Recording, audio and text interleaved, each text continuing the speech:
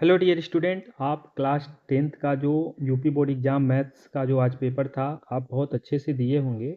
आज हम जो सेक्शन ए खंड और बहुविकल्पी प्रश्न जो मल्टीपल चॉइस टाइप क्वेश्चंस है उस पर डिस्कशन कर रहे हैं, क्योंकि आपने जो 20 नंबर का क्वेश्चन किया है उसमें क्या क्वेश्चन कैसे रहने वाला है, कितने क्वेश्चन आपने सही किए हैं, कितने क्या किए हैं, वो सारी डिस्कशन आज हम करने वाले हैं। तो हर एक क्वेश्चन पे मैं बात करूँगा। जो भी 20 नंबर के क्वेश्चन एमसीक्यू हैं उन सभी क्वेश्चन को आप लोग मैचिंग कर लीजिए और मैं पूरा आपको सॉल्यूशन के साथ बता रहा हूँ।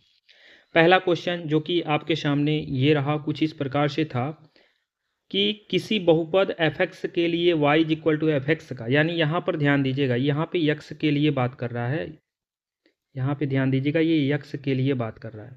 और जब x के लिए बात कर रहा है तो यहाँ पर जो भी पॉइंट x एक्सिस को टच करेगा वही आपका शून्यकों की संख्या होगा, और जो कि आपसे प्रश्न में पूछा है। तो जैसा कि आप ध्यान से देखें, एक यहाँ पे टच हो रहा है, एक यहाँ पे टच हो रहा है, एक यहाँ पे टच हो रहा है, तो x अक्ष को 3 जगहों पे टच कर रहा है, तो इसीलिए इसके शून्यक भी कितने हो जाएंगे? 3, यानी ऑप्शन बी आपका क्या हो जाएगा? करेक्ट हो जाएगा। नेक्स्ट क्वेश्चन देखिएगा, क्वेश्चन नंबर सेकेंड।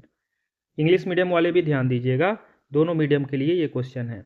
156 का अभाज्य गुणनखंड क्या होगा? Prime factorization of 156 will be, यानी 156 का प्राइम फैक्टराइजेशन। तो 156 को हमने आपको यह क्वेश्चन बताया है, आप हमारे वीडियोस को देखिए, सभी क्वेश्चन मैचिंग किए हैं।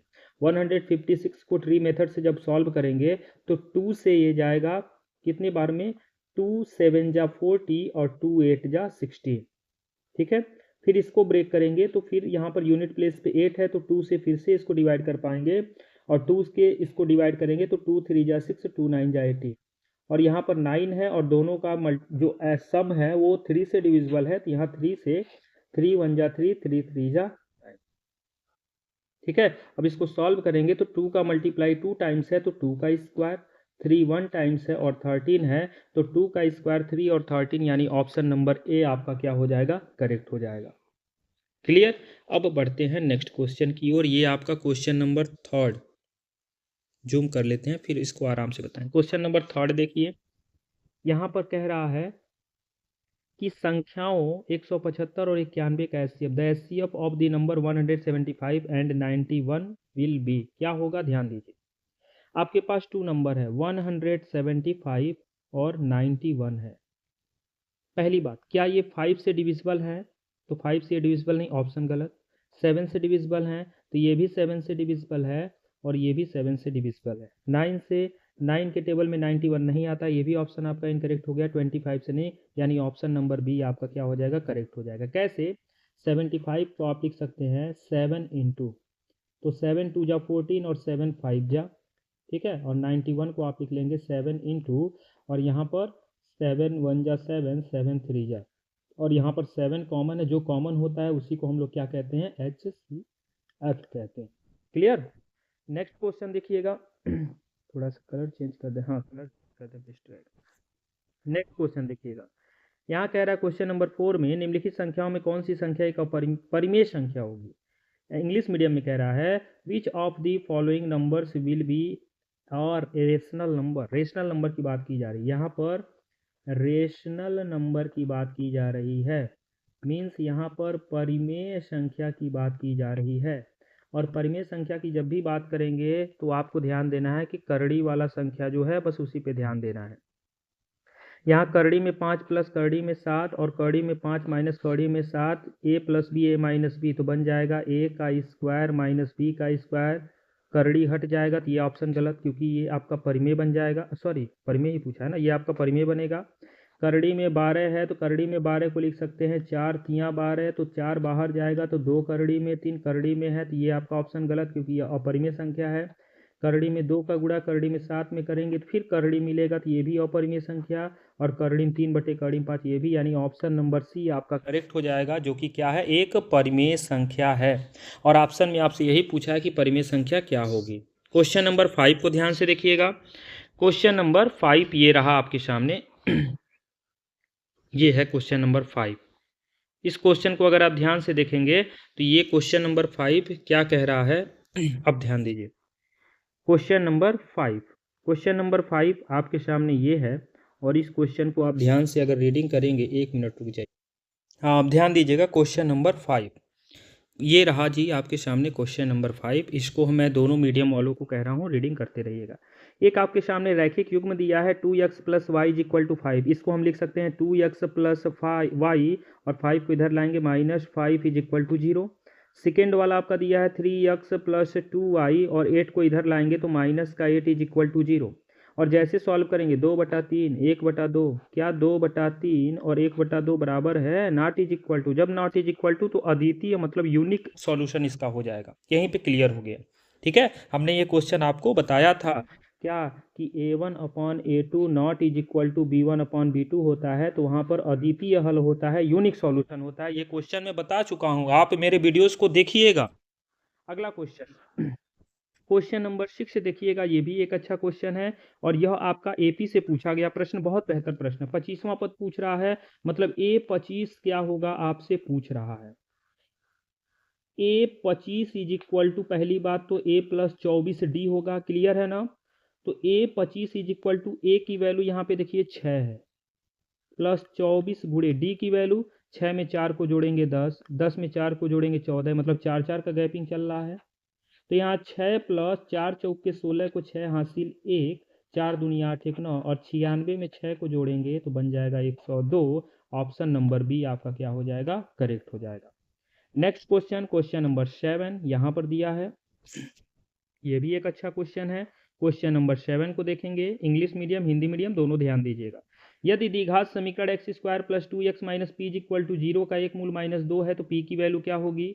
If one root of the quadratic equation X square plus 2x minus P is equal to 0 if -2 then the value of p। बहुत इजी है, जो रूट होता है, जो मूल होता है, वो x की ही वैल्यू होगी, तो बस -2 वैल्यू पुट कर दीजिए। तो -2 का स्क्वायर प्लस 2 गुणे -2 माइनस का p is equal to 0 means minus का स्क्वायर प्लस 2 का स्क्वायर 4 प्लस माइनस माइनस 2 दूना 4 minus p is equal to 0। 4 से 4 कटेगा, minus p is equal to 0, मतलब p की वैल्यू आपके सामने 0 रहने वाली है। ये बात ध्यान दीजिएगा, p की वैल्यू कितनी रहने वाली है, 0 रहने वाली है इस प्रश्न में। अगला क्वेश्चन देखिएगा, क्वेश्चन नंबर 8। क्वेश्चन नंबर 8 देखिएगा, डिस्टेंस पूछा है। डिस्टेंस का यानी दूरी का जो फॉर्मूला होता है वो क्या होता है, under root of x2 minus x1 का square plus y2 minus y1 का स्क्वायर। तो under root of x2 minus x2, यहाँ पे देखिएगा ये x1 हो जाएगा और ये आपका x2 हो जाएगा, ये आपका y1 हो जाएगा, ये आपका y2 हो जाएगा। वैल्यू पुट कर दीजिए, x2 यानी 4 माइनस 2 का स्क्वायर, y2 मतलब 1 माइनस 3 का स्क्वायर, तो is equal to under root of 4 में से 2 जाएगा 2 का स्क्वायर और प्लस 1 में से 2 जाएगा -2 का स्क्वायर। सॉल्व कर दीजिए, 2 का स्क्वायर 4 माइनस का स्क्वायर प्लस 2 का 4 4 8 और करड़ी में 8 का मतलब क्या होता है, 2 करड़ी में 2, क्योंकि 4 दूनी 8 और यहाँ 4 करड़ी में 2 आपका क्या हो जाएगा, करेक्ट आंसर हो जाएगा। नेक्स्ट क्वेश्चन, क्वेश्चन नंबर 9 देखिएगा, ये भी एक अच्छा क्वेश्चन है। एरिया ऑफ सर्किल से आया है। त्रिज्या r वाले वृत्त के उस त्रिज्यखंड का क्षेत्रफल जिसका कोण थीटा हो। Area of sector of angle of a circle which radius r। अब यहाँ त्रिज्यखंड की बात की जा रही है, और जब भी त्रिज्यखंड की बात की जाएगी और त्रिज्यखंड के क्षेत्रफल की बात की जाएगी, तो जब भी त्रिज्यखंड का क्षेत्रफल होगा तो वो पाई r स्क्वायर का ही भाग होगा, और अगर कोण थीटा है तो थीटा बटे 360 होगा। समझ में आ गया, थीटा बटे 360 होगा। अब इस क्वेश्चन को ध्यान दीजिएगा, ये कहीं ऑप्शन में दिख रहा है क्या, कहीं भी नहीं है, यहाँ पे भी नहीं है। तो हम करेंगे क्या, तो अगर हम पाई आर स्क्वायर गुणे थीटा बटे 360 कर दें, पॉइंट्स को समझिएगा, क्योंकि यहाँ पे बोला है कि त्रिज्या आर वाले वृत्त के उस त्रिज्यखंड का क्षेत्रफल जिसका कोण थीटा है। अब यहाँ पर अगर हम एक छोटा सा काम कर दें, अगर हम 2 से गुणा और 2 से भाग कर दें, तो बताइए क्या इसके वैल्यू में कोई अंतर पड़ेगा, कोई वैल्यू में अंतर पड़ेगा नहीं। तो ये हो जाएगा 2 पाई आर स्क्वायर और बटे में थीटा और 360 दूना 720 हो जाएगा, ये गुणे होगा। और ये वाला ऑप्शन देख लीजिए कहाँ पे है, तो ये वाला ऑप्शन डी है, तो डी वाला ऑप्शन आपका करेक्ट हो जाएगा। डी वाला ऑप्शन आपका क्या होगा, करेक्ट होगा। ये थोड़ा सा बहुत गजब का क्वेश्चन था, इसको टिक लगा लीजिएगा, 9वां वाला। बहुत सारे लोग का हमको लग रहा है कि ये क्वेश्चन सही भी हो सकता है, बहुत सारे लोग का यह क्वेश्चन गलत भी करके आ गए होंगे आप लोग। क्वेश्चन नंबर 10 देखिए, ये रहा जी क्वेश्चन नंबर 10। क्वेश्चन नंबर 10 में कह रहा है कि 3 सेमी त्रिज्या के एक वृत्त है जिसकी त्रिज्या यानी आर की वैल्यू दे रखा है 3 सेमी, और किसी वृत्त की त्रिज्या अगर 3 सेमी है तो वृत्त के केंद्र से 5 सेमी दूरी पर, यानी वृत्त के केंद्र से 5 सेमी दूरी पर स्थित किसी बिंदु से वृत्त पर खींची गई स्पर्श रेखा इससे जो है वो कितनी सेमी दूरी है, 5 सेंटीमीटर की दूरी पर है, और उससे स्पर्श रेखा खींची गई है और स्पर्श रेखा की लंबाई आपसे पूछ रहा। अब यहाँ पर अगर ध्यान दें तो यहाँ पर बोला है कि 5 सेमी दूर है वह बिंदु, तो मान लेते हैं कि यह बिंदु जो है जो कितना दूरी है, 5 सेमी की दूरी पर है, मान लेते हैं ये P है, ठीक है, और P से वृत्त की 2 स्पर्श रेखा खींची गई यहाँ से और यहाँ तक। इसको ऐसे जब मिलाएंगे, इसको जब ऐसे मिलाएंगे तो आपने पढ़ा है कि वृत्त किसी बाह्य बिंदु पर स्थित किसी बाह्य बिंदु द्वारा खींची गई वृत्त पर स्पर्श रेखाएं आपस में बराबर होती हैं। ये प्रमेय आपने पढ़ रखा है।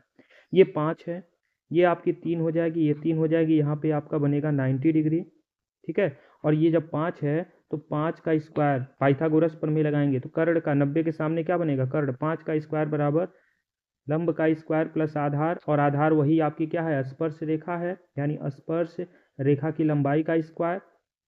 25 में से 9 जाएगा 16, 16 का मतलब 4 का स्क्वायर मतलब 4, और यहाँ पर रिजल्ट आपका आ जाएगा 4 सेमी।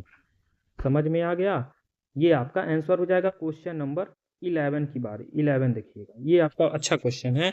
ये आपका जो दिया गया है इसमें चित्र P की मान पूछ रहा है। इन द फिगर कह रहा है the value of angle P। Angle P क्या होगा? एंगल P को अगर आप ध्यान से देखें तो यहाँ पे देखिएगा, ये आपका एंगल P है और ये आपका एंगल। अब दोनों को पहले क्या करना पड़ेगा, समरूप करना पड़ेगा। तो त्रिभुज, अब यहाँ ध्यान दीजिएगा, अच्छे से क्वेश्चन को ध्यान देंगे तो क्या देखने को मिल रहा है कि ये शायद 3.8, हाँ ये 3.8 है, ये 3.8 है, और ये आपका 6 है, और ये आपका 3 करड़ी में 2, 3 है। तो 6 का अगर देखें तो ये डबल है, 3.8 अगर देखें तो यहाँ पर 3.8 का डबल ये वाला है, ठीक है, 7.6, और इसका डबल ये है। मीन्स त्रिभुज में बी सी और इधर त्रिभुज में पी क्यू चल रहा है। पहले बी सी और पी क्यू हो गया, फिर सी से अगर हम ए जा रहे हैं तो यहाँ पर क्यू से हमको यहाँ पर थोड़ा सा आप एक चीज़ ध्यान दीजिएगा, इसको मैं थोड़ा और अच्छे से समझाऊं तो आप क्लियर हो पाएंगे। ये भुजा और ये भुजा देखिए, 6 और 3.8, ये है और ये है, इनके बीच का एंगल ये बन गया 60, ठीक है। अब 3.8 और 3 कौड़ी में 3, 1 मिनट, 3.8 और 3 कौड़ी में 3, तो 3.8 ये वाला हो गया, ये वाला हिस्सा और ये वाला हिस्सा, इनके बीच का हो गया 80 अंश। आपसे पी पूछा है तो ये बताइए 60 और 80 कितना हो गया, 140 हो गया, बचा कितना 40, ये वाला आपका 40 हो जाएगा, यानी 40 डिग्री इसका आंसर हो जाएगा। समझ में आ गया? ऐसे ही क्वेश्चन नंबर 12 माध्यिका वर्ग पूछा है। माध्यिका वर्ग कहते किसे हैं? तो माध्यिका वर्ग का सीधे सीधे मतलब है, पहले आप संचयी बारंबारता निकालें।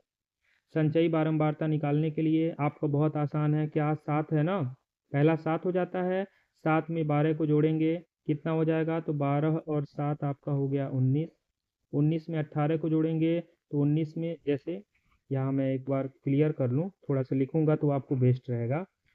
7 है, 12 है, 18 है, 15 है, 10 है और 3 है। 7 होगा, 7 को 12 में जोड़ेंगे कितना हो गया 19, 19 को 18 में जोड़ेंगे 9 8 17 को 7 हासिल 1 और यहाँ पर 3, ठीक है। 37 को 15 में 7 5 12 को 2, 7 5 12 को 2 हासिल 1, 3 1 4 1 5, 52 को 10 में जोड़ेंगे तो 62, और 62 को 3 जोड़ेंगे तो कितना हो जाएगा 65, और 65 का जैसे हाफ करेंगे तो आपको निकल के आएगा 3 त्रिकी 9, सॉरी 3 दूना 6 और 3, 1 मिनट 3 कहाँ चले गए जी, जल्दी जल्दी मारो, 2 3 6 और 2 दूना 4, 2 25, 32.5 आ रहा है। अब 32.5 को अगर आप ध्यान से देखिए तो किस वाले कॉलम में आएगा, तो 32.5 इसमें आ रहा है 18 वाले में। 18 का मतलब 20 30 आपका, यानी ऑप्शन पहला क्या हो जाएगा, करेक्ट हो जाएगा। समझ में आ गया? समझ में आया कि नहीं? समझ में आ रहा है तो आप लोग इस वीडियो को ज़्यादा से ज़्यादा मात्रा तक शेयर जरूर कीजिएगा। अगले क्वेश्चन में आते हैं, क्वेश्चन नंबर 13। क्वेश्चन नंबर 13 क्या कह रहा है, ध्यान से देखिएगा। क्वेश्चन नंबर 13 आपका ट्रिगोनोमेट्री से है। कह रहा है यदि साइन थीटा बराबर कॉस थीटा, अगर साइन थीटा बराबर कॉस थीटा है तो उस कंडीशन में थीटा की वैल्यू क्या होगी। तो आपको पता है कि साइन 45 और कॉस 45 की वैल्यू सेम होती है, तो बस थीटा की वैल्यू कितनी हो जाएगी, 45 डिग्री हो जाएगी। ये बात आप जान रहे हैं, ठीक है। और जैसा कि कंडीशन भी दे रखा है कि थीटा की वैल्यू जो है वो 0 से बड़ी होनी चाहिए, 90 से छोटी तो 45 हो जाएगी। अगले क्वेश्चन में पूछ रहा है कि कास 0 अंश की वैल्यू क्या होगी। तो कास 0 अंश आपको पता है, जब साइन 0 होता है तो 0, और जब कास 0 होता है तो वो बन जाता है 1, यानी इसकी रिजल्ट क्या हो जाएगी, option number first. Question number 15 देखिएगा। क्वेश्चन नंबर 15 में आपसे कह रहा है यदि टेन 2a बराबर 1 है, ten 2a is equal to अगर 1 है, जहाँ 2a न्यून कोण है तो a की वैल्यू क्या हो सकती है।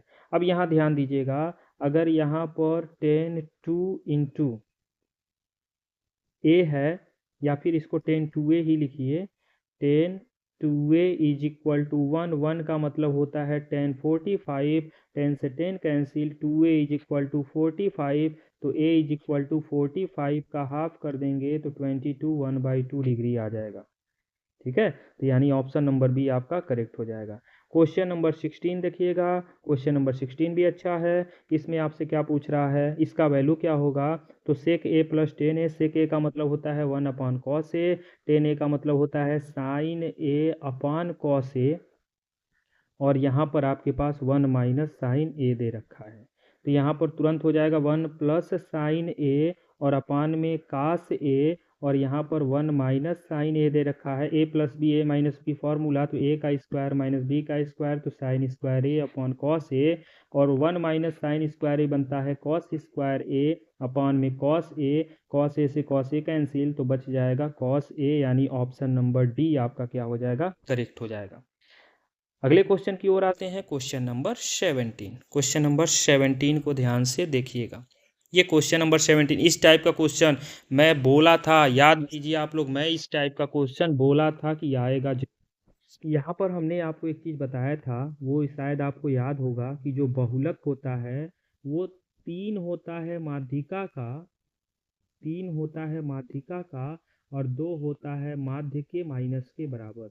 जो बहुलक होता है वो 3 माध्यिका और 2 माध्य के अंतर के बराबर होता है।